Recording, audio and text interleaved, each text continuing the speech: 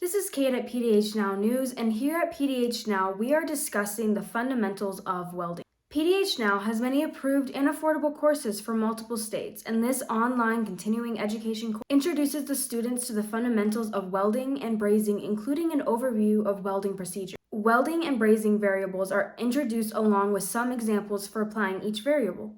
The Professional Engineer License Renewal PDH is presented around the requirements of ASME Section 9.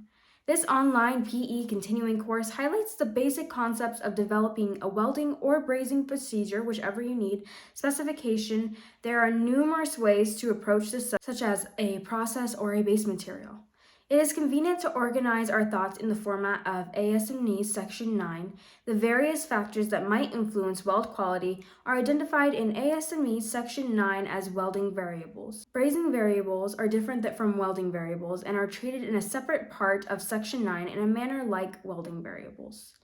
Upon successful completion of this professional engineering license renewal PDH course, the engineer will be able to understand the requirements of creating a welding or brazing procedure, identify several commonly used welding or brazing procedures, and identify the more common welding or brazing variable. Understanding the general location of procedural equipment in ASME Section 9 is the final product of taking this class through PDHNow.com.